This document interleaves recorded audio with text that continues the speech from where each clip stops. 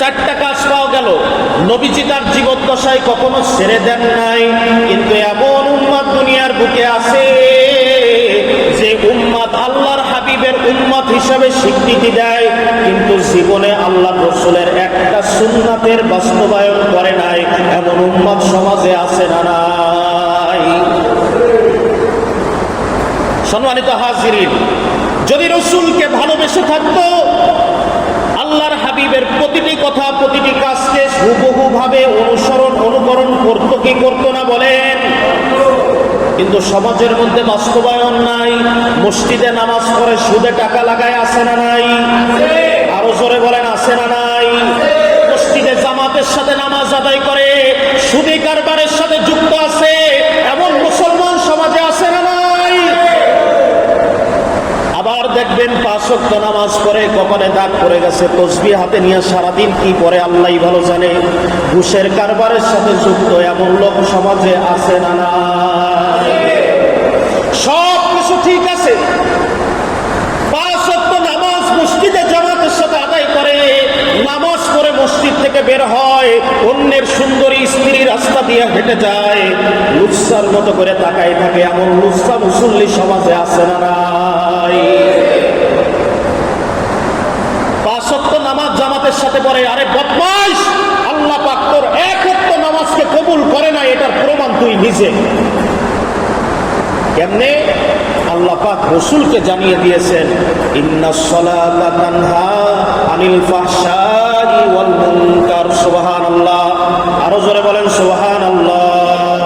ইন্নাস সালাতা তানহা আনিল ফাহশাই ওয়াল মুনকার। সবাই বলেন, ইন্নাস সালাতা তানহা আনিল ফাহশাই ওয়াল মুনকার।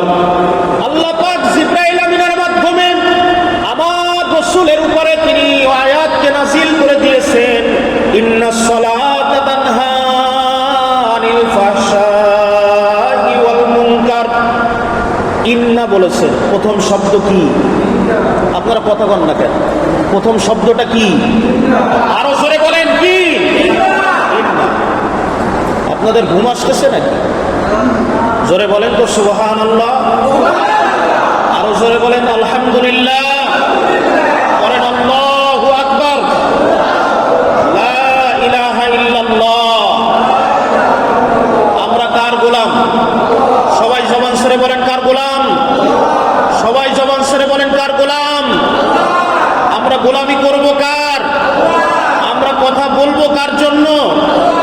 আমরা শুনবো কার জন্য? মুসলমান এক আল্লাহ ছাড়া অন্য কারো ব্যক্তির গোলামি করে? যদি করে সে মুসলমানিত্ব থাকে? মাশাআল্লাহ। এবার শুনেন, নবীজির উপরে আয়াত নাযিল করে দিয়ে আল্লাহ পাক বলেছেন, ইন্নাস সালাতা তানহা আনিল ফাহশাই ওয়াল মুনকার। প্রথম শব্দটাই হলো ইন্না, মানে নিশ্চয়ই। ইন্না মানে কি? নিশ্চয়। ইন্না মানে নিশ্চয়। নিশ্চয় মানে কাকে বলে? নিশ্চয় মানে যেটা হবে না ওইটারে নিশ্চয়ই বলে। তার মানে গুরুত্ব দিয়ে হবে, তার থেকেও ওভার হবে, হবেই হবে, এটাকে নিশ্চয়ই বলা হয়, ঠিক না?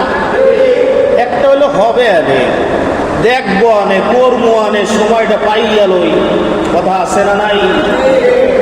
কিন্তু যদি বলে নিঃসন্দেহে এটা হবেই হবে, তাহলে বোঝা যায় এই কথার ওজন আছে না নাই? বলেন। আল্লাহ বলেন, ইন্নাস সালাত,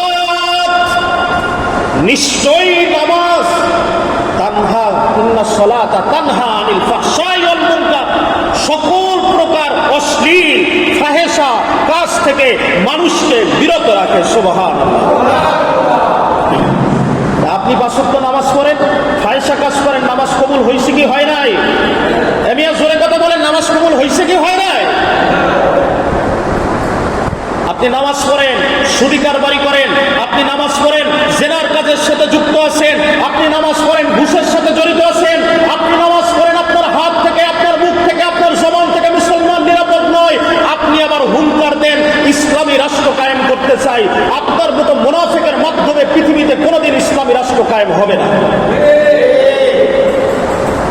ইসলামী রাষ্ট্র কায়েম করতে লক্ষ লক্ষ মানুষের প্রয়োজন হয় নাই, মাত্র 313 সাহাবীর ঈমান দীপ্ত জীবনী পড়ে দেখবেন 313 সাহাবীর ঈমান দীপ্ত চেতনার কারণে আল্লাহ পাক বদরের যুদ্ধে শত শত হাজার হাজার কাফের বেদিনকে মাটির সাথে পিষিয়ে ফেলেছেন। 313 সাহাবীদেরকে বিজয় সুনিশ্চিত করে ইসলামের পতাকাকে উড়িয়ে দিয়েছেন। সুবহান।